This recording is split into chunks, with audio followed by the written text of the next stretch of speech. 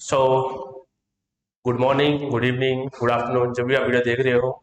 सो मैं सहज गुप्ता, आपका अकाउंट्स का लेक्चरर आ चुका हूँ आपके साथ अपनी फर्स्ट क्लास लेके, बेसिक्स ऑफ अकाउंटिंग, जैसे मैं आपसे कहा था।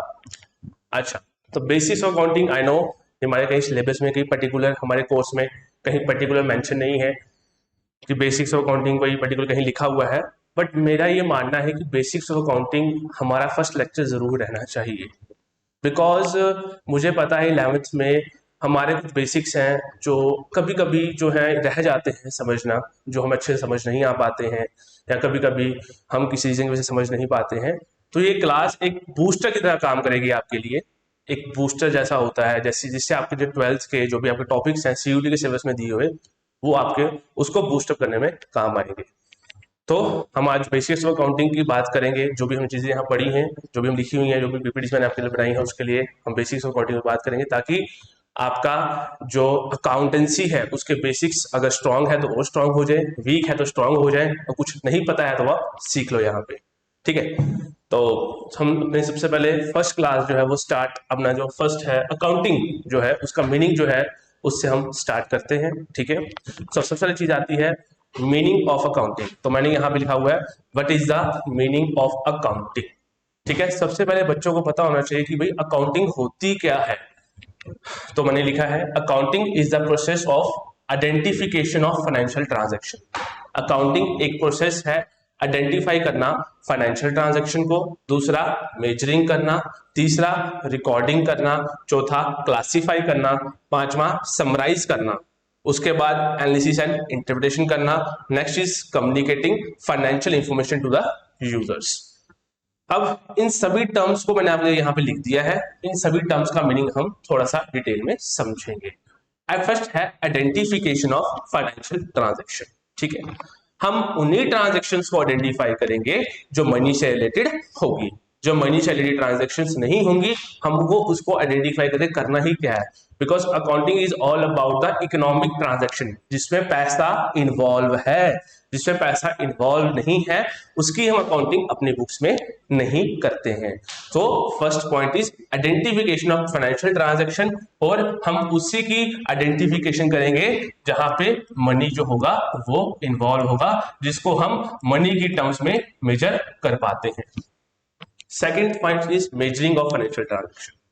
अब मेजर करना है, मेजर करने के लिए कोई चीज तो होगी, कोई यूनिट तो होगी। तो मेजरिंग हम है एक कॉमन करेंसी से करेंगे। जैसे अगर हम इंडिया की बात करते हैं, इंडिया में हम मेजरिंग जो है हमारे रुपया जो है, रुपीस जो हमारी करेंसी है, हम उसमें जो है मेजर करते हैं। अगर हम अमेरिका की बात करते हैं तो वो डॉलर्स में जो है पैसे को मेजर करते हैं।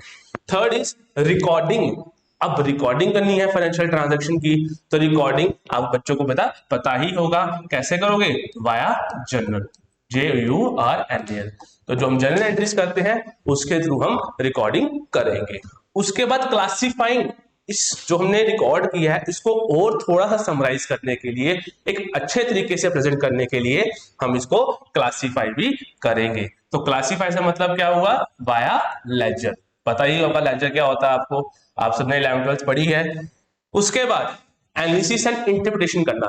एनालिसिस एंड इंटरप्रिटेशन मतलब उसे क्या मतलब निकल के आता है, क्या सीखते हो।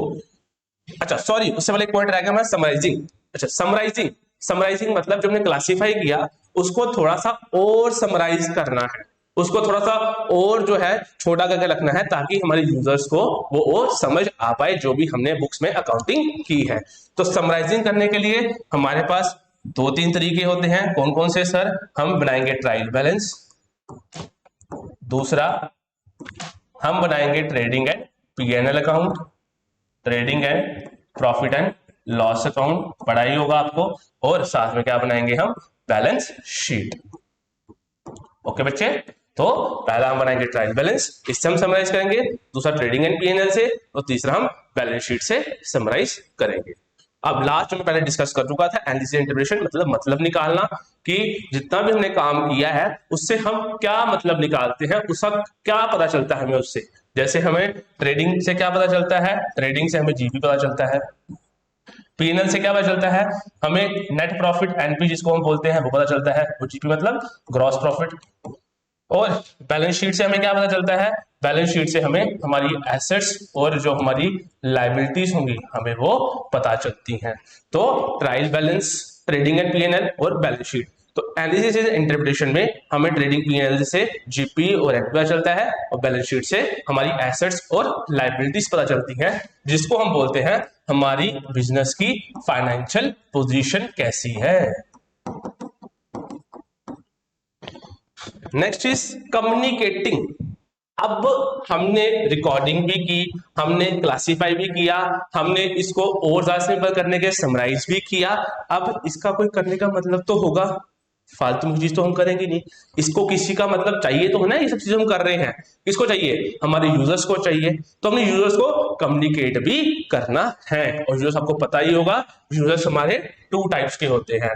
There are two types of users. एक होते हैं हमारे पास एक्सटर्नल और एक होते हैं हमारे पास इंटरनल। तो एक आ गया इंटरनल यूजर और दूसरा कौन सा आ गया हमारे पास, एक्सटर्नल यूजर।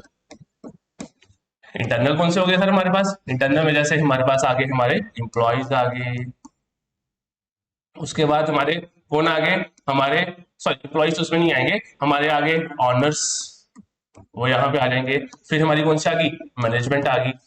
और एक्सटर्नल में हमारे जो आगे बैंक आ गया, फिर हमारा जो भी इन्वेस्टर्स है वो यहाँ पे आ जाएंगे। आगे समझ, कोई डाउट, ठीक है। अब तो हम फिर से एक बार देख लेते हैं कि what is accounting. Accounting is the process of identification of financial transaction, second measuring, third recording of financial transaction, fourth classifying, fifth summarizing, sixth analysis and interpretation, and last one is communicating financial information किसको, users को, चाहे वो internal होंगे चाहे वो external होंगे। Bank हो सकता है, इन्वेस्टर हो सकता है, ऑनर्स हो सकते हैं, मैनेजमेंट हो सकते हैं। ऑनर्स वो जानना चाहेगा कि जो मैंने धंधा किया उसमें मेरे कितना प्रॉफिट निकल के आ रहा है।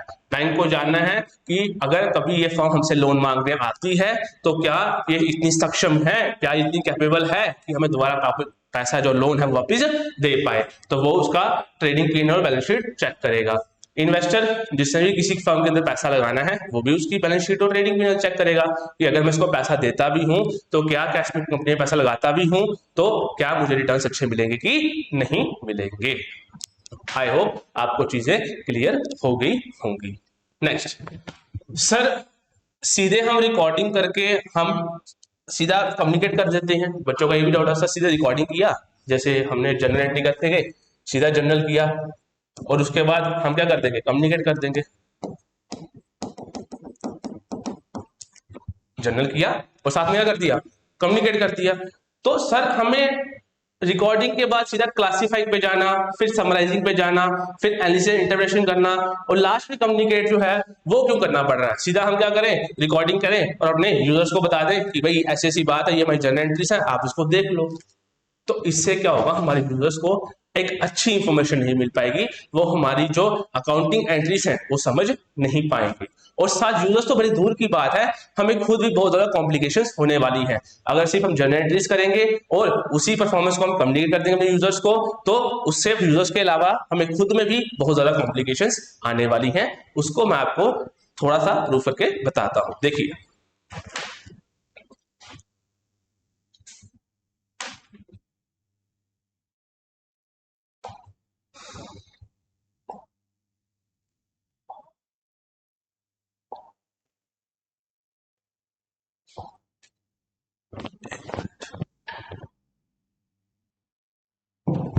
चलिए देखिए, पहले मैं रिकॉर्डिंग करता हूँ ट्रांजेक्शन्स की। रिकॉर्डिंग में कैसे करनी है, वाया जनरल। जैसे मैंने गुड्स परचेज किए, परचेज गुड्स ऑफ ₹30,000, ओके। सूसी एंट्री में कब किए, लेट अस सपोज किए ऑन 3rd अप्रैल, ओके। फिर मैंने गुड्स को क्या किया, सोल्ड किया ₹40,000 ऑन 4th अप्रैल। फिर मैंने गुड्स को दोबारा परचेज किया, फर्नीचर परचेज कर लेते हैं इस बारी। हमने फर्नीचर परचेज किया, मैंने कितने का, लेटेस्ट कोर्स स्थाई फर्नीचर परचेज किया, कितने का, 10,000 रुपये का टेबल शेबल लिया। कब, 6 अप्रैल को। फिर मैंने फिर से सोल्ड किए गुड्स कितने के? 70,000 के। किसी पर्सन को किए हो ऑन लगा लो 9 अप्रैल को। ऐसे ये मेरी दिन की लेटर्स को सभी एक एक ट्रांजैक्शन हो रही है, बट रियलिटी में ट्रांजैक्शन एक एक नहीं होती है। दिन में बड़ी सारी ट्रांजैक्शंस होती हैं। दिन में बड़ी सारी ट्रांजैक्शंस होंगी तो हफ्ते में बड़ी सारी ट्रांजैक्शंस होंगी। जब हफ्ते में बड़ी सारी ट्रांजैक्शंस होंगी तो महीने में बड़ी सारी ट्रांजैक्शंस होंगी। और लेट अस सपोज मुझे पता लगाना है कि मेरे पास नेट कैश कितना अवेलेबल है, मेरे पास पैसा कितना पड़ा हुआ है परचेज सेल करने के बाद। तो क्या मैं प्लस माइनस करते रहूंगा? चलो जी प्लस 30 माइनस 30,000, चलो जी प्लस 40,000, चलो जी परचेज किया फिर से माइनस 10,000, चलो जी सेल किया फिर से प्लस 70,000। मैं तो यही करते रह गया, मेरा अकाउंटेंट तो यही करता रह गया। तो इसके लिए अभी हमने सिर्फ क्या किया है? रिकॉर्डिंग की है। हम इसकी सिर्फ क्या करेंगे? जर्नल एंट्रीज करेंगे। लेकिन इसको थोड़ा सा सिंप्लीफाई करने के लिए हम क्या करेंगे? क्लासीफाई करेंगे। जैसे मैंने आपको बोला था कि रिकॉर्डिंग के बाद आप सीधा जो है कम्युनिकेट नहीं कर सकते। अपने आप को भी सिंप्लीफाई करने के लिए, अपने आप के अकाउंट्स को भी जानने के लिए हम इसको थोड़ा सा और क्लासीफाई करेंगे। जैसे मुझे पता लगाना है कैश कितना गया है, कैश कितना आया। आपको पता है ये साइड कौन सी होती है? Debit side. ये साइड कौन सी होती है? Credit side. अगर कैश आएगा तो कहाँ लिखेंगे हम? यहाँ पे। अगर कैश जाएगा तो हम कहाँ लिखेंगे? यहाँ पे। चलिए देखते हैं। परचेज गुड्स ऑफ 30,000 रुपया, 30,000 गए हमारे, हमने यहाँ लिख दिया कि मुझे जा रहा है कैश। उसके बाद हमने देखा गुड्स सोल्ड किए 40,000 रुपए के, पैसा आ रहा है, यहाँ आ गया। उसके बाद फर्नीचर परचेज किया, पैसा जा रहा है। उसके बाद हमने गुड्स फिर से सोल्ड किए 70,000 के, पैसा जो है फिर से आ रहा है। कोई डाउट? ठीक है, देखेंगे हमारे पास जो है 1,00,000 जो है 10,000, 1,00,000 जो 1,10,000 है वो नेट पैसा जो है आया हुआ है, और 40,000 हमारे पास गया हुआ है। कोई डाउट? तो 1,10,000 आया, 40,000 गया। 1,10,000 डेबिट, जिसको काउंटिंग की भाषा में क्या बोलते हैं? 1,10,000 डेबिट, और 40,000 से हमारा कैश क्या होगा? क्रेडिट। तो नेट कैश कितना आ गया? 1,10 में से हम क्या माइनस कर लेंगे? 40 माइनस कर लेंगे, तो पीछे कितना आ जाएगा? 70,000। हमारा क्या आ गया? Closing balance. क्या बोलते हैं इसको? हम क्लोजिंग बैलेंस बोलते हैं कि हमारे पास कैश अभी भी 70,000 रुपया बचा हुआ है। तो देखो कितना सिंपल हो गया। अगर मुझे क्लासीफाई नहीं करता मैं, अगर मैं लेजर पोस्टिंग नहीं करता, तो मुझे खुद हाथों पे प्लस माइनस करना पड़ता है या फिर कैलकुलेशन करनी पड़ती हर एक ट्रांजैक्शन को ले लेके। लेकिन जब मैंने लेजर पोस्टिंग की, जब मैंने इसको क्लासीफाई किया, तो मेरे लिए कितना सिंपल हो गया पता करना कि मेरे पास नेट कैश कितना अवेलेबल है। इसलिए हम डायरेक्ट जो है रिकॉर्डिंग से हम जो है हम सीधा कम्युनिकेटिंग पे नहीं जा सकते, हम रिकॉर्डिंग से क्या करेंगे? इसको क्लासीफाई करेंगे। उसके बाद अब सर अगर क्लासीफाई कर ही लिया तो फिर सर समराइज करने की जरूरत क्यों पड़ी? मतलब ट्रेडिंग पीएनएल बनाने की, ट्रायल बैलेंस बनाने की जरूरत क्यों पड़ी? बैलेंस शीट बनाने की जरूरत क्यों पड़ी? क्योंकि लेजर भी एक नहीं बनता, लेजर बड़े सारे बनते हैं। कैश का लेजर, डेटर का लेजर, क्रेडिटर का लेजर, बड़े सारे लेजर्स बनते हैं। बनते हैं कि नहीं बनते हैं? तो हमारा जो यूजर होगा वो कितने लेजर्स देख लेगा? तो यूजर्स को चाहिए कि उसको सिंपलेस्ट फॉर्म में, एक दो पेज में, वो हमारी पूरी कंपनी की फाइनेंशियल पोजीशन, प्रॉफिटेबिलिटी को समझ पाए। इसलिए हम क्या बनाते हैं? ट्रेडिंग अकाउंट बनाते हैं, प्रॉफिट एंड लॉस अकाउंट बनाते हैं, और बैलेंस शीट बनाते हैं, ताकि उसको हमारा ग्रॉस प्रॉफिट, हमारा नेट प्रॉफिट और हमारी बिजनेस की फाइनेंशियल पोजीशन मतलब एसेट और लायबिलिटीज पता चल जाए। आई होप आपको चीजें क्लियर हो गई होंगी। चलिए आगे देखिए।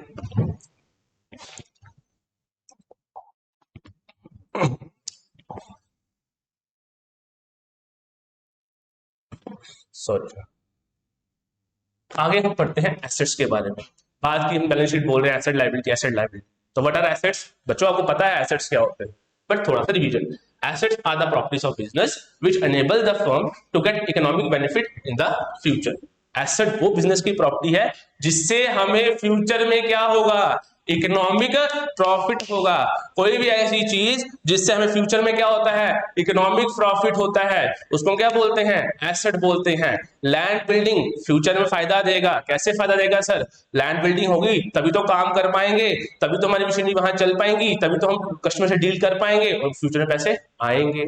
मशीनरी मशीनरी होगी तो प्रोडक्ट्स बन पाएंगे तभी जो है हमारे पास जो है गुड्स बिकेंगे हमारे, और हमारे पास पैसा आएगा फ्यूचर में। तो कोई भी ऐसी चीज जो कि हमें फ्यूचर में इकोनॉमिक बेनिफिट देती है उसको हम क्या बोलते हैं, उसको हम एसेट बोलते हैं। ये बात दिमाग में बिठा लेना, कोई भी ऐसी चीज जो फ्यूचर में क्या दे, इकोनॉमिक बेनिफिट दे।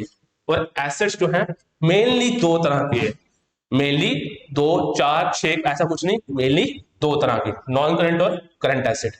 नॉन करंट जो है वो भी दो तरह के, फिक्स एसेट और नॉन करंट इन्वेस्टमेंट्स। और फिक्स एसेट्स भी दो तरह के, इंटेंजिबल और टेंजिबल। फिर से एक बारी, types of asset, non current और करंट। नॉन करंट दो तरह के, फिक्स एसेट और non current investment. Fix asset आगे दो तरह के, इंटेंजिबल और टेंजिबल। इनके बारे में अगली स्लाइड्स में हम डिस्कस करते हैं। चलिए,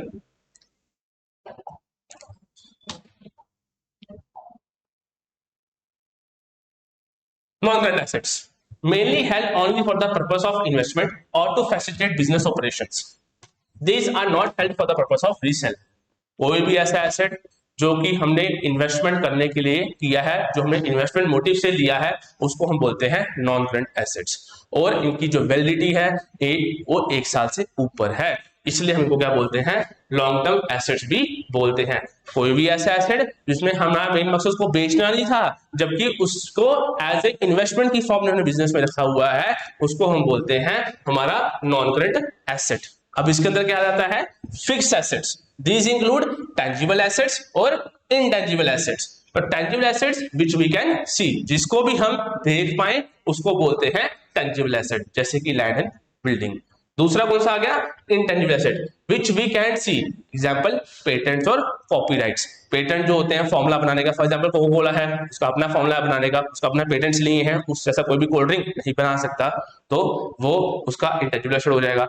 कॉपीराइट जो भी फॉर एग्जांपल बुक है आपकी, जैसे 12th क्लास या 11th क्लास की टी.एस. गरवाल की बुक है, अब वहां पे टी.एस. गरवाल जो उस बुक की जिसने वो बुक लिखी है उसके पास कॉपीराइट्स हैं कि उस बुक का कंटेंट कोई और भी चुरा नहीं सकता, क्योंकि उन्होंने क्या लिए, उसके कॉपी राइट्स लिए हैं।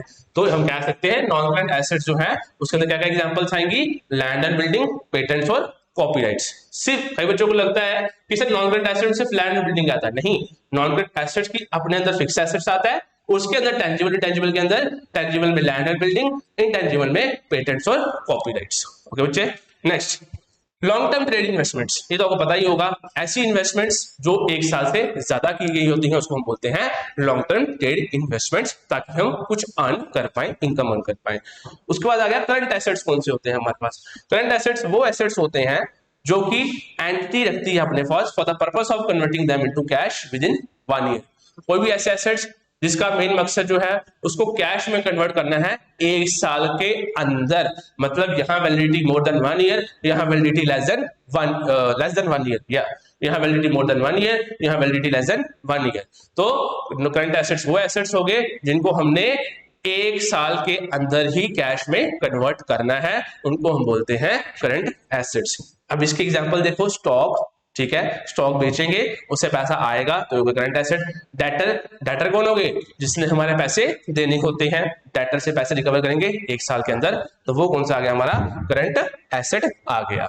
आई होप आपको कोई डाउट नहीं है। फिर से एक बार रिपीट कर रहा हूं, एसेट जो है 2 तरह के, एक होता है हमारे पास नॉन करंट एसेट, एक होता है current asset. Non current asset कौन सा हो गया, जो कि हमने बिजनेस के इन्वेस्टमेंट के पॉइंट ऑफ व्यू से रखा हुआ है, ताकि हमने बिजनेस ऑपरेशंस को चला पाए। These are not held for the purpose of resell, यहाँ पे इनको बेचना दोबारा नहीं है, इनको हम लॉन्ग टर्म एसेट्स बोलते हैं। इसके अंदर क्या आता है, एक आता है फिक्स एसेट, दूसरा क्या आता है long term trade investment. Fix asset, एक मिनट, अच्छा फिक्स एसेट कौन से हो गए, टेंजिबल, इनटेंजिबल। टेंजिबल कौन से हो गए, जिसको हम सी कर सकते हैं, इंटेंजिबल जिसको हम देख नहीं सकते, ना ही फील भी कर सकते हैं, फील लिख देना, सी मतलब लैंड एंड बिल्डिंग, और इंटेंजिबल की एग्जांपल क्या आ गई, पेटेंट्स और कॉपीराइट्स। उसके बाद long term trade investment made more than 1 year. उसके बाद करंट एसेट्स कौन से हो गए, जो कि एंट्री अपने पास रखती है for the purpose of converting them into cash within 1 year, जिसको हम 1 साल के अंदर कैश में कन्वर्ट करने वाले हैं, उसको बोलते हैं उसको बोलते हैं करंट एसेट, एग्जांपल स्टॉक और डेटर्स। कोई डाउट, चलिए आगे। अब एक और आता है asset, fictitious asset. Fictitious asset में बड़ी ज्यादा कंफ्यूजन रहती है, वो तो चलो थोड़ा सुनते भी थे, पता भी होता, लेकिन व्हाट आर फिक्टिशियस एसेट, आपका जो पार्टनरशिप है वहां पे इसका बहुत यूज होने वाला है फिक्टिशियस एसेट्स का। तो फिक्टिशियस एसेट्स क्या होते हैं? Which have no physical existence और रिलाइजेबल वैल्यू, जिनकी कोई भी फिजिकल एग्जिस्टेंस नहीं है, जिनकी कोई भी रिलाइजेबल वैल्यू नहीं है, but the company show them as a cash expenditure in the books of accounts. They are a part of asset column in the financial statements and they are expenses और losses that do not get written off during the accounting period of their occurrence. They are also known as deferred revenue expenditure. क्या बोलते हैं इनको हम? deferred revenue expenditure. तो main इसकी जो exact definition क्या है? These are expenses or losses that do not get written off during the accounting period of their occurrence. ये वो एक्सपेंसेस हैं, ये वो लॉसेस हैं जो कि राइट ऑफ नहीं किए जाते अकाउंटिंग पीरियड के दौरान जब ये हो रहे होते हैं। इनको हम डेफर्ड रेवेन्यू एक्सपेंडिचर भी बोलते हैं। सर थोड़ा समझ में आया क्या मतलब, एग्जैक्ट क्या मतलब है, उसको हम एक एग्जांपल से समझते हैं, ध्यान से समझ। देखिए, मैंने एक अपनी नई कंपनी शुरुआत की, उसका नाम था मेरा ABCL लिमिटेड। ये मेरी कंपनी का नाम है, ठीक है। एक कंपनी शुरुआत कर दी। शुरुआत करोगे तो ह्यूज एडवर्टीजमेंट करनी है ताकि लोगों को हमारी कंपनी में पता चल जाए। लेट अस सपोज डील करती है गारमेंट्स में, काफी अच्छे ये पैंट शर्ट्स जो भी गारमेंट्स बनाती है, इसकी एडवर्टीजमेंट लाइक ह्यूज एक्सपेंडिचर हो रहा है। जैसे मैंने पैम्फलेट्स जो है उसको प्रिंट करवाया, वहां खर्चा आया। उसके बाद मैंने न्यूज़पेपर में एडवर्टीजमेंट दी, वहां खर्चा हुआ इसका। उसके बाद मैंने होर्डिंग्स जो है वो लगवाई, वहां खर्चा आ गया। लेट अस सपोज ये खर्चा आ गया 10 लाख रुपया। फर्स्ट टाइम ये खर्चा बहुत ज्यादा हैवी खर्चा हुआ। हाँ, साथ में लगा लो कि कहीं टीवी में ऐड भी दी, टीवी में एड्स दी, तो वहां पे खर्चा कितना आ गया? लेट अस सपोज 10 लाख पे टोटल ओवरऑल चार्जेस ऊपर, ठीक है। मैंने बनाया फर्स्ट ईयर अपना ग्रॉस प्रॉफिट, यही बनाऊंगा मैं। मेरा जो सॉरी ग्रॉस प्रॉफिट नहीं बनाया, मैंने बनाया ट्रेडिंग अकाउंट। उससे जो मेरा जीपी निकला, लेट अस सपोज निकला कितना? 6 लाख, कोई डाउट। फिर मैंने क्या बनाया? अपना प्रॉफिट एंड लॉस अकाउंट। इसके बाद यही बनता है, पता होगा अपने लैंग्वेज में। उससे जो मेरा नेट प्रॉफिट निकला, क्या निकला? नेट प्रॉफिट, वो निकला लेट अस सपोज 4 लाख, कोई डाउट? ठीक है। अब ये नेट प्रॉफिट वो था जब तक मैंने एडवर्टीजमेंट खर्चा जो है इसमें डाला नहीं था, बिफोर एडवर्टीजमेंट एक्सपेंडिचर। ये नेट प्रॉफिट वो था जब तक मैंने इसमें एडवर्टीजमेंट एक्सपेंडिचर नहीं डाला था। अब जैसे ही मैं इसमें एडवर्टीजमेंट एक्सपेंडिचर डालता हूँ, जैसे ही मैं नेट प्रॉफिट जो मेरा कितना है 4 लाख है, इसमें से कितना माइनस करता हूँ जब मैं 10 लाख अपना एडवर्टीजमेंट, तो मेरा फर्म क्या शो करेगी? 6 लाख का नुकसान शो करेगी। क्या बोला मैंने? जीपी 6 लाख, ठीक है। नेट प्रॉफिट 4 लाख आया, वो कैसे आता है वो लैंग्वेज पढ़ा आपने। उसके बाद जब 4 लाख में से मैंने अभी एडवर्टीजमेंट खर्चा और माइनस किया 10 लाख, जो मैंने किया नहीं था यहाँ पे, जब माइनस करूंगा तो नेगेटिव आंसर आ गया 6 लाख, क्योंकि 4 लाख का प्रॉफिट, 10 लाख का एक्सपेंस, तो नेगेटिव 6 लाख। तो क्या मेरा कोई इन्वेस्टर मेरे बिजनेस में इन्वेस्ट करने आएगा? क्या कोई बैंक मुझे यहाँ पे लोन देगा? नहीं सर, लॉस कंपनी है, कोई भी इसको नहीं पूछेगा, और मैं खुद यही सोचूंगा कि इसको बंद कर दूं। आई समझ? बट जो 10 लाख हमने खर्चे किए, ये जो हमने 10 लाख क्या किए?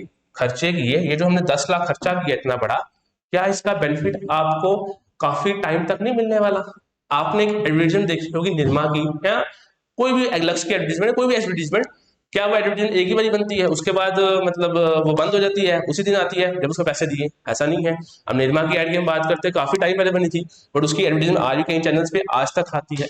मतलब फर्स्ट टाइम जो एडवर्टीजमेंट खर्चा किया, उसका बेनिफिट आपको आने वाले टाइम तक, काफी साल तक मिल रहा है। मिल रहा है कि नहीं मिल रहा है ना? तो अगर खर्चे का बेनिफिट आपको काफी टाइम तक मिलने वाला है, काफी आने वाले सालों तक मिलने वाला है, तो उसको एलोकेशन भी सालों में ही करो। जैसे मैं क्या बोल रहा हूँ, 10 लाख है, इसका बेनिफिट लेट अस सपोज हमें कितने साल तक मिलने वाला है? 10 साल तक मिलने वाला है। जो 10 लाख खर्चा आज कर रहा हूं, आने वाले 10 साल तक मुझे इसका बेनिफिट मिलने वाला है, ठीक है। कितना आ गया? 1 lakh per year. But sir ये कैसे हो सकता है? हाँ, हमें शुरुआत हर साल नई नई कुछ और एडवर्टीजमेंट थोड़ी करनी पड़ेगी, लेकिन जो फर्स्ट टाइम एडवर्टीजमेंट होती है, जो इतनी ह्यूज एडवर्टीजमेंट होती है, उसका इंपैक्ट तो पूरी लाइफ टाइम ही रहता है ना? तो लेट अस सपोज उसका लाइफ टाइम इम्पैक्ट नहीं हम कहते हैं 10 लाख, 10 साल तक इम्पैक्ट हमें मिलेगा, चलो 10 साल तक हमें इसका बेनिफिट मिलने वाला है, तो 10 लाख खर्चा किया, 10 साल तक बेनिफिट मिलेगा, तो 1 लाख पर ये क्या हो गया, मेरा एक्सपेंडिचर हो गया। अब यहां से मैं 10 लाख माइनस नहीं करूंगा इस साल के नेट प्रॉफिट में से, मैं कितना माइनस करूंगा, सिर्फ और सिर्फ 1 लाख माइनस करूंगा, और मैं नेट प्रॉफिट कितना शो करेगा, this is net profit after क्या, एडवर्टीजमेंट एक्सपेंडिचर। इससे क्या होगा, मेरा इन्वेस्टर भी खुश, मेरा बैंक भी खुश, और मैं खुद भी खुश। और बाकी जो बचा 10 लाख में से 1 लाख माइनस कर लिया क्योंकि यहां आ गया, बाकी कितने का बचा, 9 लाख बचा, जो अभी भी अगले आने वाले सालों में राइट ऑफ होना है। इसी को क्या बोलते हैं, फिक्टिशियस एसेट या फिर डेफर्ड रेवेन्यू एक्सपेंडिचर। एक बार दोबारा मैं रिपीट कर रहा हूं, मैंने अपनी कंपनी ओपन की एबीसीएल लिमिटेड के नाम से, जो गारमेंट्स में डील करती है, ठीक है। मैंने इसको चलाने के लिए शुरुआत में बड़ी सारी ह्यूज एडवर्टीजमेंट की, पैम्फलेट्स बांटे, न्यूज़पेपर बांटे, होर्डिंग्स लगाई, टीवी में एड्स दी, खर्चा कितना आया, 10 लाख का। मैंने ग्रॉस प्रॉफिट निकाला, 6 लाख आया। मैंने नेट प्रॉफिट निकाला, 4 लाख आया, और ये net profit before advertisement expenditure वाला था। और जैसे ही मैंने 4 लाख में से लेट अस सपोज मैं अगर ये पूरा 10 लाख माइनस करता हूं तो कितना आंसर आ जाता है, नेगेटिव 6 लाख, मतलब लॉसेस आ जाते हैं। मेरा कोई इन्वेस्टर मेरे में इन्वेस्ट नहीं करेगा, बैंक मेरे को लोन नहीं देगा, बट फिर मैंने यहां से, मेरे को अकाउंटिंग कहती है कि भाई जो तू 10 लाख खर्चा करने वाला है उसका बेनिफिट तो तेरे को आने वाले कुछ साल तक मिलने वाला है, लेट अस सपोज 10 साल तक तेरे को बेनिफिट मिलने वाला है, तो तू एक साल में ही सारा खर्चा क्यों एलोकेट कर रहा है, तू जो है उसको डिफरेंट डिफरेंट सालों में एलोकेट कर। फॉर एग्जांपल 10 लाख खर्चा और 10 साल तक आपको बेनिफिट मिलेगा, तो 1 लाख पर ईयर जो है आपको एक्सपेंडिचर जो है हर साल अगले आने वाले 10 साल तक एलोकेट करना है। फिर मैंने बोला ये जो चीज है वो गलत है, मैं ये चीज करूंगा, 4 लाख में से 1 लाख माइनस कर लिया, पीछे कितना बचा, 3 लाख, तो this is net profit after advertisement expenditure, और यही सही तरीका है करने का। और 10 लाख में से मैंने ये 1 लाख जो इस साल एलोकेट कर दिया है एडवर्टाइजमेंट एक्सपेंडिचर जो है, उसमें से माइनस किया, पीछे कितना आया, 9 लाख, और इसी 9 लाख को मैं क्या बोलता हूं, डेफर्ड रेवेन्यू एक्सपेंडिचर या फिर फिक्टिशियस एसेट। आई होप आपको चीजें क्लियर हो गई होंगी। नेक्स्ट देखिए, नेक्स्ट हमारे पास है लायबिलिटी एंड इट्स टाइप्स। तो लायबिलिटी क्या होती है, लायबिलिटी समथिंग अ पर्सन और company owes usually a sum of money. Liability कोई हमारे सिर पे जो क्या है, उधारी है, हमारे सिर पे क्या है, जो ऑब्लिगेशन है, जो हमने किसी के पैसे देने हैं, उसको क्या बोलते हैं, लायबिलिटीज बोलते हैं। और liabilities are settled over time through the transfer of economic benefits including money, goods और सर्विसेज। हम लायबिलिटी कैसे सेटल करते हैं, मनी के थ्रू, मनी के थ्रू, गुड्स के थ्रू और सर्विसेज के थ्रू हम उसको सेटल करते हैं। लायबिलिटी दो तरह की, एक होती है करंट लायबिलिटी, एक होती है non current liability. Same assets की तरह, करंट कौन सी होगी, शॉर्ट टर्म, जो पैसा हमने एक साल के अंदर चुकाना है। नॉन करंट कौन सी होगी, लॉन्ग टर्म, जो पैसा हमने एक साल से ज्यादा टाइम तक चुकाना है, उसको बोलते हैं नॉन करंट लायबिलिटीज। उसके बाद देखो डेफिनेशन में देखिए मैंने, current liabilities refer to those financial obligations which a company is liable to settle or pay off within 12 months. Hence, they are also called short-term liabilities. Example भी दी हैं, bills payable, creditors जिनके हमने पैसे देने हैं, bank overdraft. What is bank overdraft? क्या होता है बैंक ओवरड्राफ्ट?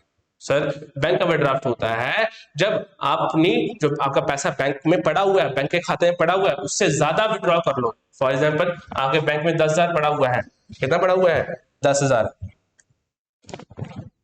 और आप उसमें से 12,000 विड्रॉ कर लो, मतलब आपने 2,000 एक्स्ट्रा विड्रॉ किया। हाँ, बैंक इसमें इंटरेस्ट चार्ज करेगा, इसको बोलते हैं बैंक ओवरड्राफ्ट। फिर आउटस्टैंडिंग एक्सपेंसेस, वो एक्सपेंसेस आपने पे नहीं किए, शॉर्ट टर्म लोन्स और डिबेंचर्स, वो सब चीजें यहाँ पे आ जाती है।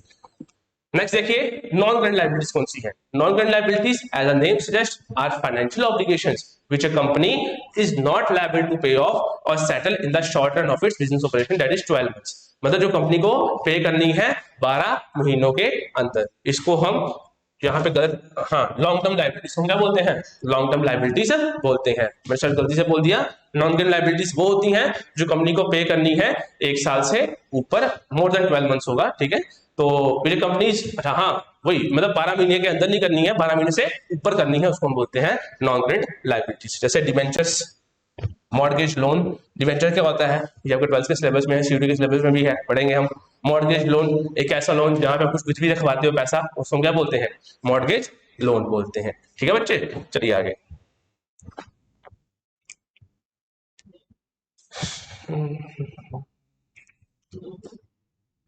Next is contingent liability. ये थोड़ी सी चीज, क्या पता कुछ बच्चों के समय में पता हो या नहीं पता हो, आई आई होप सबको पता ही होगा, लेकिन हम रिवाइज कर लेते हैं।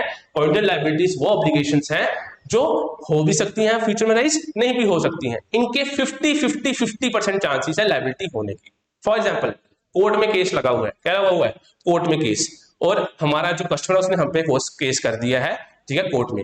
अगर हम जीते तो मेरी लाइबिलिटी अराइज नहीं होगी, ठीक है, मुझे कस्टमर को पैसे वापस अपने नहीं करने पड़ेंगे।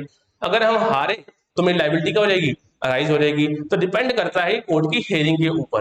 तो ऐसी लाइबिलिटीज हम क्या बोलते हैं, कॉन्टीजेंट लाइबिलिटीज बोलते हैं। और इसको हम जो है अपने जो फाइनेंशियल स्टेटमेंट्स हैं, जो ट्रेडिंग पी&एल बैलेंस शीट है, उसके नीचे फुट नोट्स में हम दिखाते हैं, ठीक है। तो contingent liabilities refer to those obligations that might or might not arise in the future. Contingent liabilities are only recorded in the books if they are at least 50% likely to occur in the future. हाँ, अगर chances जो है 10-20% है वो नहीं लिखेंगे, जिसके 50-50% chances है हम सिर्फ वही यहाँ पर रिकॉर्ड करेंगे। जैसे उसने बोला लॉ सूट, वही कोर्ट में केस लगा हुआ है, वही सब चीजें यहाँ पे हमने देखी। ओके, चलिए नेक्स्ट, प्रोविजन और रिजर्व्स में इसका क्या डिफरेंस है। हमारे जो सीयूटी का सिलेबस है वहां पे बड़ी सारी वर्ड यूज होगा बार बार, प्रोविजन रिजर्व्स, प्रोविजन रिजर्व्स। जैसे हमारा पार्टनरशिप है, वहां पे जनरल रिजर्व बनता है, वहां पे वर्कमैन कंपनसेशन रिजर्व बनता है, वहां पे जो है इन्वेस्टमेंट फ्लक्चुएशन रिजर्व बनता है, और प्रोविजन फॉर डाउटफुल डेट्स, ठीक है, provision for discount on debtors. तो दोनों में फर्क क्या है, क्या प्रोविजन रिजर्व सेम होते हैं या इनमें कोई थोड़ा सा डिफरेंस है, पढ़ते हैं इसके बारे में। पहले है meaning. The provision means to provide for a future expected liability. अगर कोई फ्यूचर में मुझे लगता है कि मेरी लाइबिलिटी बनने वाली है, अगर मुझे फ्यूचर में लगता है कि कोई लाइबिलिटी बनने वाली है, तो मैं उसकी प्रोविजन बना दूंगा। लेट अस सपोज मेरे जो डेटर्स हैं वो कितने के हैं, 1 लाख के हैं। कितने के, 1 लाख के। और मुझे लगता है उनमें से जो 10,000 के डेटर्स हैं वो मेरे पैसे मार देंगे, मतलब वो मेरे डेटर्स कर देंगे।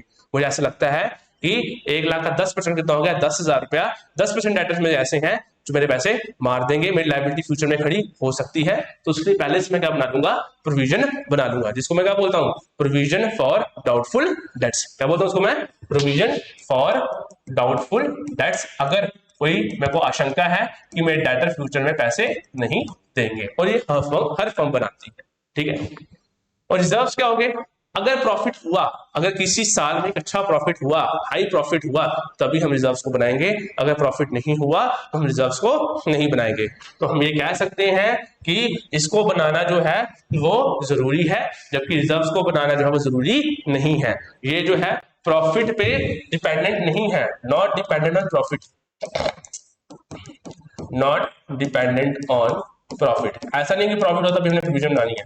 कभी भी हमें लगा, चाहे लॉस हो चाहे प्रॉफिट हो, कभी हमें लगा कि फ्यूचर में हमारी कोई लाइबिलिटी राइज हो सकती है, हमें प्रोविजन बना लेनी है। लेकिन रिजर्व्स जो है वो तभी बनेंगे इफ देयर इज प्रॉफिट। अगर प्रॉफिट हुआ ये तभी बनेंगे, जबकि प्रॉफिट नहीं हुआ तो नहीं बनेंगे।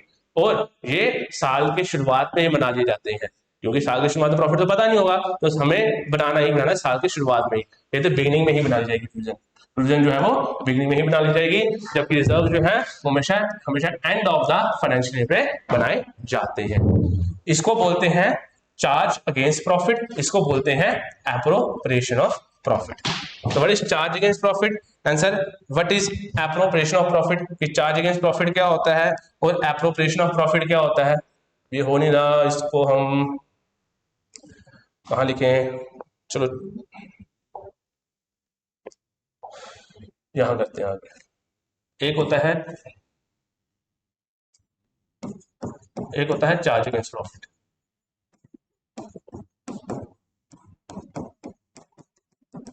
कलर थोड़ा चेंज कर लेते हैं। एक होता है एप्रोप्रिएशन ऑफ प्रॉफिट, ये आपके पार्टनरशिप में भी आएगा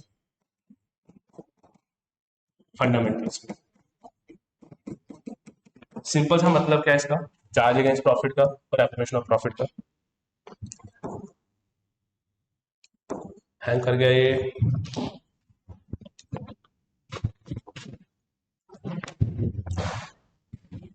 चार्ज अगेंस्ट प्रॉफिट का मतलब हुआ, यहाँ चल रहा है, यहाँ चल रहा है, चल, इफ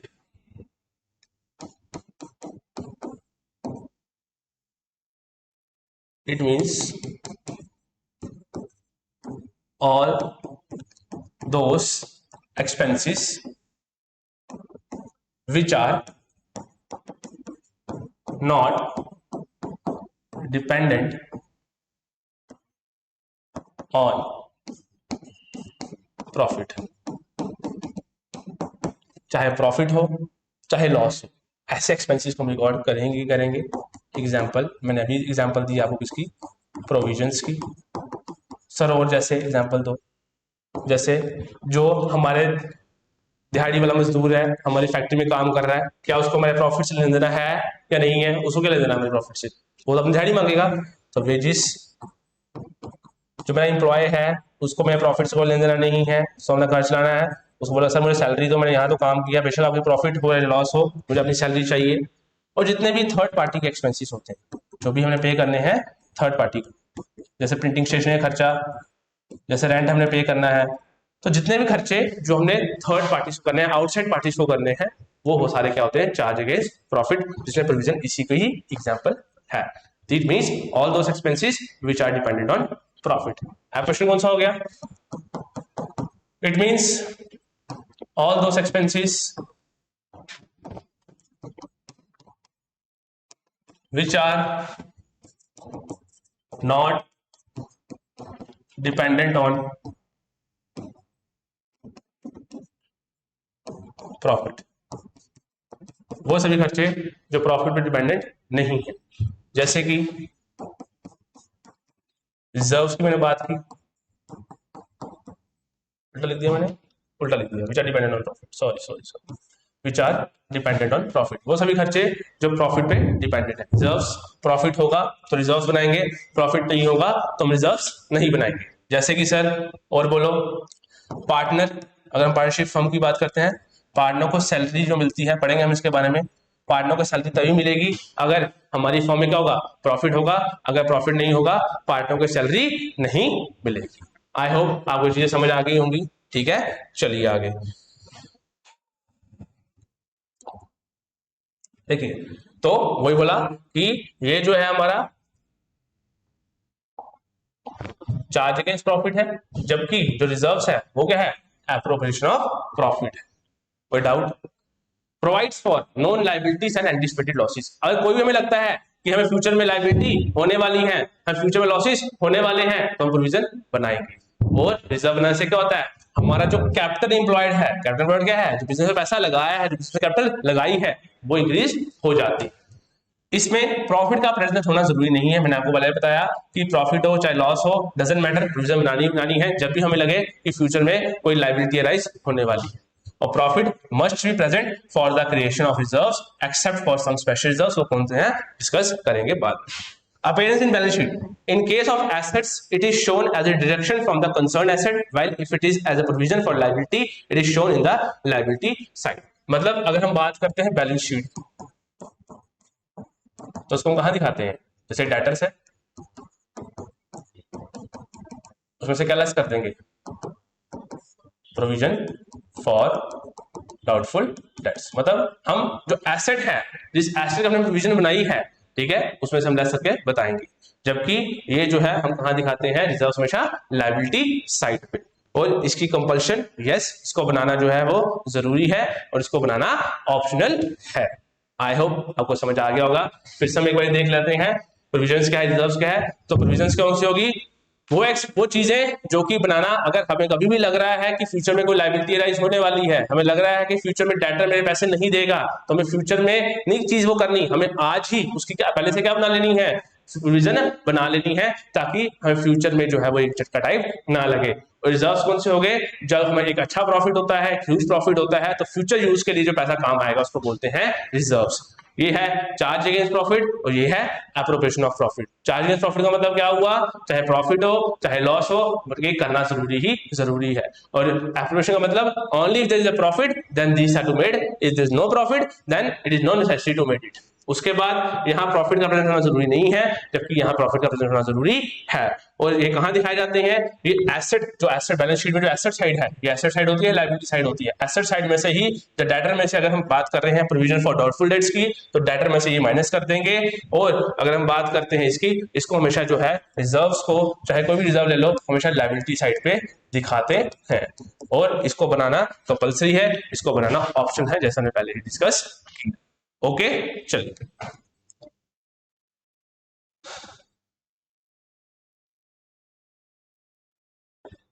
अच्छा, चलिए अब हम बात करते हैं कि सर हम जनरेटरी कैसे करते हैं। जनरेटरी करने के दो तरीके, एक तो अगर ट्रेडिशनल अप्रोच, एक आगे मॉडर्न अप्रोच। ट्रेडिशनल अप्रोच को हम क्या बोलते हैं, गोल्डन रूल्स ऑफ अकाउंटिंग, जिसमें तीन अकाउंट बनते हैं, रियल अकाउंट, पर्सनल अकाउंट और नॉमिनल अकाउंट। एक रियल, एक पर्सनल, एक नॉमिनल। लेकिन मैं सजेस्ट करता हूं, और मैं जैसे अकाउंटिंग करता हूं, मैं कभी भी इसको फॉलो नहीं करता, मैं हमेशा मॉडर्न अप्रोच ऑफ अकाउंटिंग को फॉलो करता हूं। अब डिस्कस कर लेते हैं एक बारी। रियल अकाउंट कौन से हो गए, जो भी मेरे डेटर के क्रेडिटर के अकाउंट हो गए, वो कौन से हो गए हमारे, सॉरी, जो भी हमारे एसेट्स और लायबिलिटीज अकाउंट हो गए, वो सारे हमारे कौन से हो गए, रियल अकाउंट्स हो गए। पर्सनल कौन से हो गए, पता ही होगा आपको, डेटर, क्रेडिटर, अगर आर्टिफिशियल पर्सन की बात करें, बैंक से अकाउंट। नॉमिनल अकाउंट पे आपको पता ही होगा कौन से होते हैं, जो भी एक्सपेंसिस और लॉसेस अकाउंट होंगे, वो हो गए नॉमिनल अकाउंट। पर रूल आपको पता ही होगा, डेबिट व्हाट कम्स इन, इसका रूल क्या है, क्रेडिट व्हाट गोज आउट, इसका रूल क्या है, debit the receiver, credit the giver, इसका रूल क्या है, debit expenses and losses, credit incomes and gains. But मैं इस रूल को फॉलो ही नहीं करता, क्योंकि इससे बहुत ज्यादा कंफ्यूजन जो है वो क्रिएट हो जाती है। मैं जो रूल फॉलो करूंगा वो रूल होगा ये वाला, देखिए थोड़ी सी इमेज ब्लर हो चुकी है, ठीक है। चलिए देखिए, मॉडर्न अप्रोच में हम क्या लिखेंगे, लाइबिलिटीज, इनकम्स और कैपिटल अगर कभी भी ये बढ़ेंगी तो क्या होंगी, क्रेडिट, घटेंगी तो डेबिट होंगी। और जब भी एसेट एक्सपेंस बढ़ेंगे तो डेबिट होंगे, घटेंगे तो क्रेडिट होंगे। क्या मतलब हुआ इसका सर, थोड़ा सा लिख के बताइए। देखो,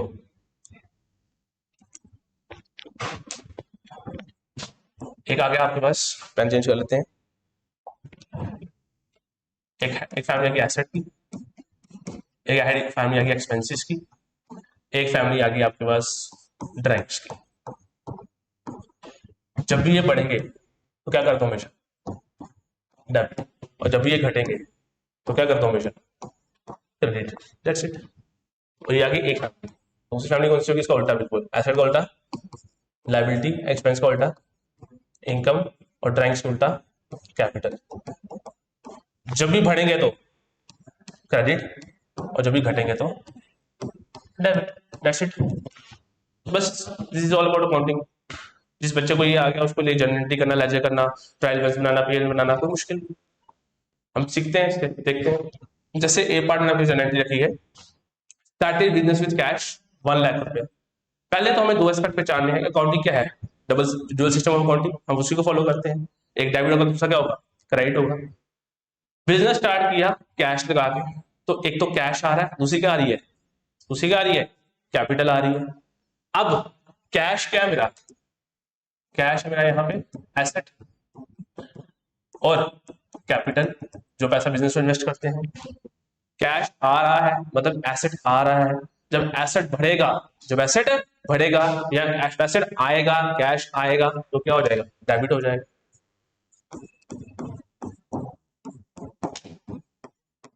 कैश के साथ क्या, साथ में क्या क्या आ रहा है, कैपिटल भी आ रही है सर। जब कैश आ रहा है साथ में क्या आ रही है, कैपिटल आ रही है, मतलब कैपिटल बढ़ रही है। और जब कैपिटल बढ़ेगी तो क्या हो जाएगी, वो देखो लिखा हुआ क्रेडिट होगी। मैं इस हिसाब से चलता हूँ अकाउंट में, हमेशा जनरेट ऐसे ही करता हूँ। तो आगे जब हम पढ़ने वाले हैं अपना अकाउंटिंग का पूरा सिलेबस, मैं इसी हिसाब से जो भी अकाउंटिंग करूंगा वैसे हिसाब से करूंगा, ऐसे आपको समझाऊंगा। कोई भी जनरेट, जितनी मर्जी मुश्किल आई है तो बहुत ईजी थी, जितनी मर्जी मुश्किल एंट्री आ जाए फिर से सुन लो। A started business with cash 1 lakh, cash is asset, दूसरा एस्पेक्ट कौन सा इन्वॉल्व है, पहला एस्पेक्ट है कैश, दूसरा कौन सा है, capital. Asset, cash is asset, asset बढ़ रहा है, कैश आ रहा है, जब एसेट बढ़ेगा क्या होगा, डेबिट होगा, इसलिए कैश क्या होगा, डेबिट हो गया। और साथ में क्या आ रही है, कैपिटल आ रही है, जब भी कैपिटल बढ़ेगी तो क्या होगी, क्रेडिट होगी, कैपिटल क्या होगी, क्रेडिट होगी। That's it, cash account debit capital account. और देख लेते हैं, पेड सैलरी टू एम्प्लॉइज, हमने एम्प्लॉइज को सैलरी पे की, कौन से दो एस्पेक्ट इन्वॉल्व है, एक तो सैलरी, अब सैलरी देंगे साथ में कैश भी होगा, पर दो एस्पेक्ट बताना बहुत ज्यादा जरूरी है, एक सैलरी और दूसरा कैश। सैलरी मान लेके एक्सपेंस है, और कैश मान लेके एसेट, मतलब ये क्या है, मतलब एक्सपेंस, और ये क्या मेरा एसेट। देखते हैं एक्सपेंस बढ़ रहा है कि घट रहा है? एक्सपेंस हो रहा है मतलब बढ़ रहा है, और जब एक्सपेंस बढ़ता है तो क्या होता है? डेबिट होता है। सैलरी अकाउंट क्या हो जाएगा? डेबिट हो जाएगा। और कैश जो है मेरे से जाएगा, मैं अपने पॉइंट ऑफ व्यू से चलूंगा हमेशा। मेरा कैश जब मैं किसी को सैलरी दूंगा मेरे से कैश जाएगा जाएगा, और जब एसेट जाता है, कैश का एसेट है, जब एसेट जाता है तो क्या होगा? क्रेडिट होगा। सैलरी टू कैश अकाउंट, खत्म, दैट्स इट। फिर से सैलरी से एक्सपेंस, और जब भी एक्सपेंस बढ़ते हैं, जब भी एक्सपेंस होते हैं तो क्या होंगे? डेबिट होंगे। और जो हमारा कैश है वो एसेट है, और जब भी एसेट बढ़ता है, घटता है या कम होता है तो क्या होगा? क्रेडिट होगा। तो कैश क्या होगा? क्रेडिट होगा, दैट्स इट। उसके बाद आगे देखो,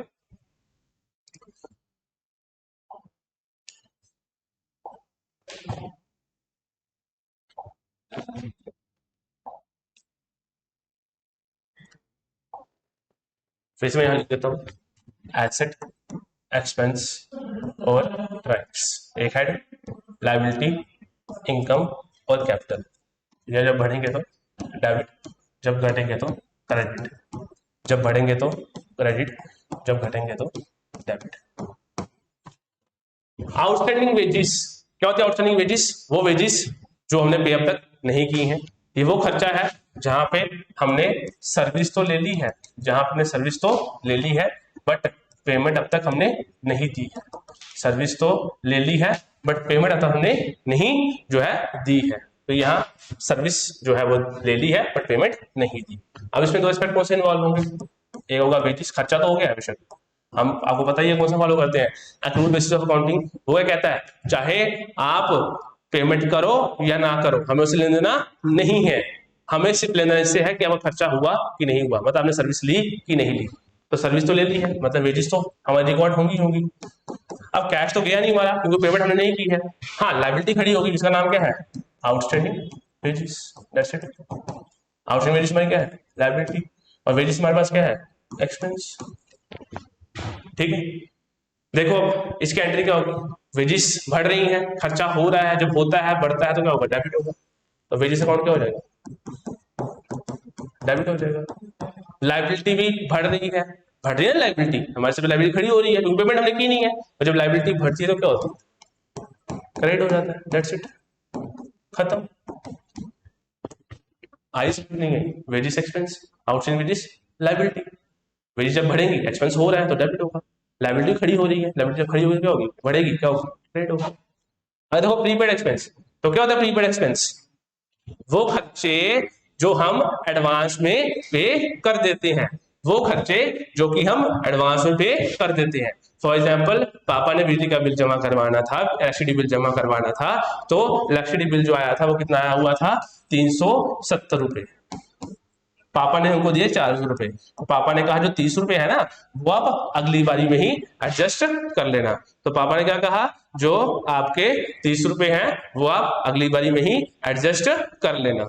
चीजें कितने हैं? 30, अगली बार में क्या कर लेना? एडजस्ट कर लेना। तो 30 जो हमारे हो जाएंगे वो क्या हो जाएंगे? प्रीपेड एक्सपेंस हो जाएंगे। तो इसको हम क्या लिख सकते हैं? हमने सर्विस जो है नहीं ली बट पेमेंट हमने दे दी है, पहले सर्विस नहीं ली अब तक, पेमेंट दे दी है। अब प्रीपेड एक्सपेंस, एसेट मैंने क्या बताया था? कोई भी चीज जो फ्यूचर में फायदा दे वो क्या है? एसेट है। अब प्रीपेड एक्सपेंस है, फ्यूचर में दोबारा पेमेंट करने की जरूरत नहीं है, तो प्रीपेड एक्सपेंस इटसेल्फ क्या बन जाएगा? एसेट बन जाएगा।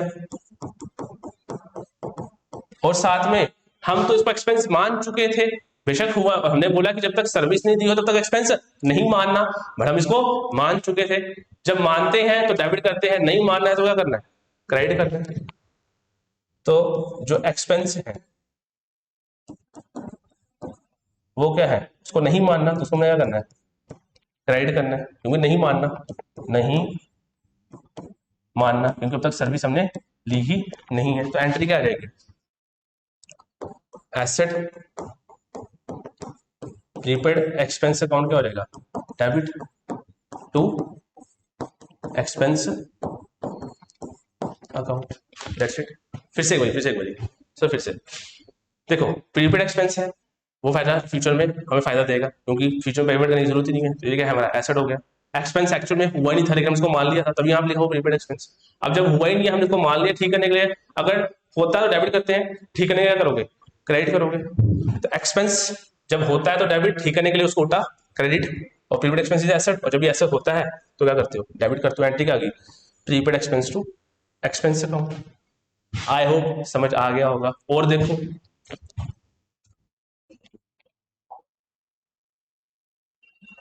Accrued income. अब एक्रूड इनकम क्या होती है, वो इनकम जो हमने कमा तो ली है बट अब तक हमें पेमेंट उसकी नहीं मिली है। वहां एक्सपेंस के पॉइंट ऑफ व्यू से, यहां इनकम के पॉइंट ऑफ व्यू से, यहां हमने सर्विस दे दी है, यहां हमने सर्विस दे दी है बट अब तक हमें पेमेंट रिसीव नहीं हुई है। हमने सर्विस दे दी है बट पेमेंट रिसीव नहीं हुई है। अब यहां कौन से दो एस्पेक्ट इन्वॉल्व होंगे सर, एक तो सर होगा एक्रूड इनकम इटसेल्फ जो होता है वो। अब सर क्योंकि हमें फ्यूचर में पैसा मिलेगा, क्योंकि मिला नहीं अब तक, तो एसेट बन गया। और साथ में इनकम भी है, हो रही है। मैंने क्या बोला, सर्विस दे दी तो आपने एक्सपेंस और इनकम को रिकॉर्ड कर लेना है, बेशक पेमेंट मिले नहीं मिले। तो जब इनकम बढ़ती है तो क्या होती है, क्रेडिट होती है।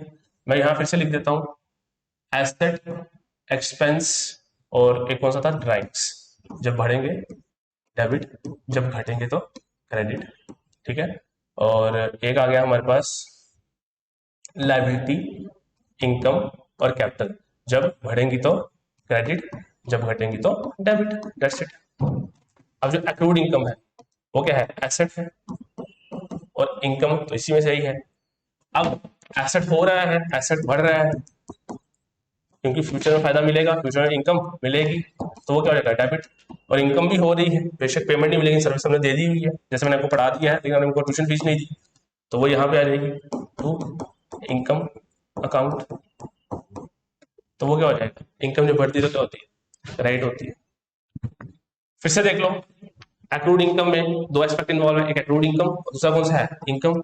एक्रूड इनकम इज एसेट, क्यों, क्योंकि ये वो इनकम है जिसमें मैंने सर्विस दे दी है बट पेमेंट रिसीव नहीं की है। जैसे मैंने आपको एक महीना पढ़ा दिया बट आपने आपको ट्यूशन फीस नहीं दी, लेट अस उस हिसाब से समझ लो, ठीक है। अब ये मेरे फ्यूचर में फायदा देगी क्योंकि फ्यूचर में जब पैसा मिलेगा, और कभी जिस फ्यूचर में फायदा देती है उसको क्या बोलते हैं, एसेट। और जब एसेट बढ़ेगा तो क्या होगा, डेबिट होगा, ठीक है। अब यहाँ पे जो हमारा इनकम है वो भी हो रही है, बेशक हमने पेमेंट रिसीव की लेकिन सर्विस तो दे दी है, और जब इनकम बढ़ती है तो क्या होती है, क्रेडिट होती है, बस दैट्स इट।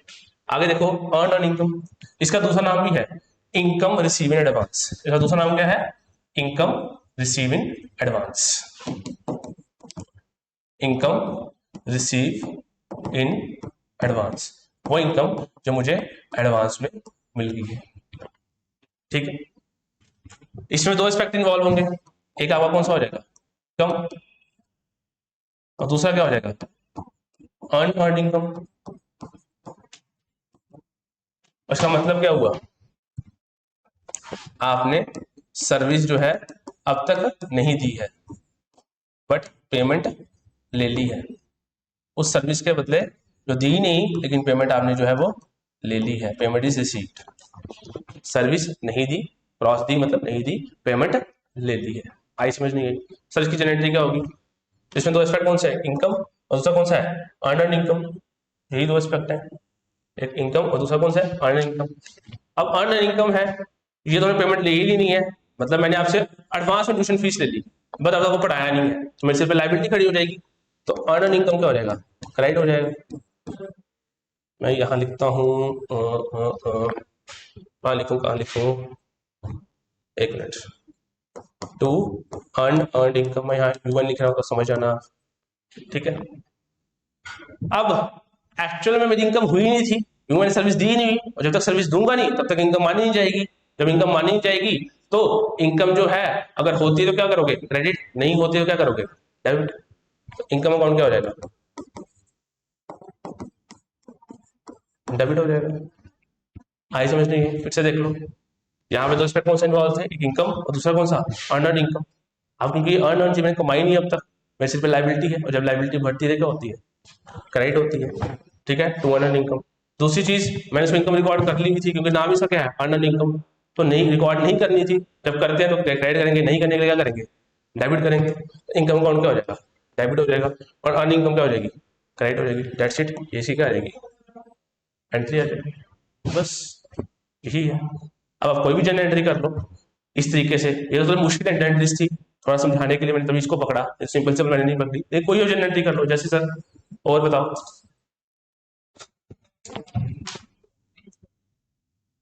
तो जैसे विड्रॉन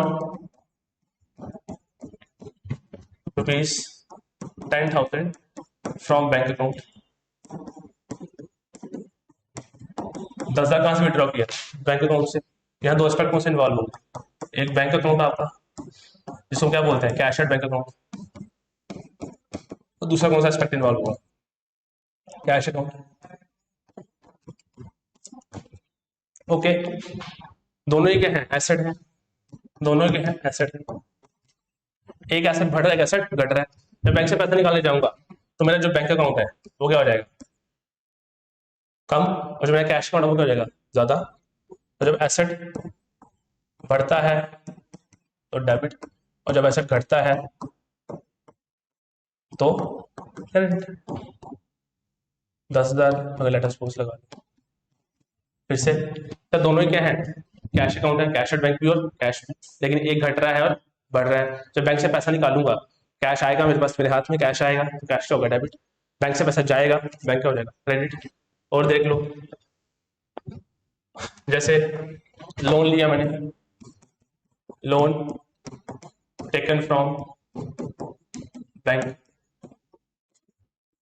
अब बैंक से जब लोन लिया तो मेरे बैंक में पैसा आया, एसेट है, एक तो उसमें दो एस्पेक्ट इन्वॉल्व हो गए, एक बैंक और दूसरा लोन। ये एसेट है और ये क्या है, लाइबिलिटी है। ठीक है, अब बैंक में पैसा आया, जब एसेट बढ़ता है तो क्या होगा, डेबिट। लाइबिलिटी खड़ी हुई तो लोन अकाउंट क्या हो जाएगा, क्रेडिट। डेबिट।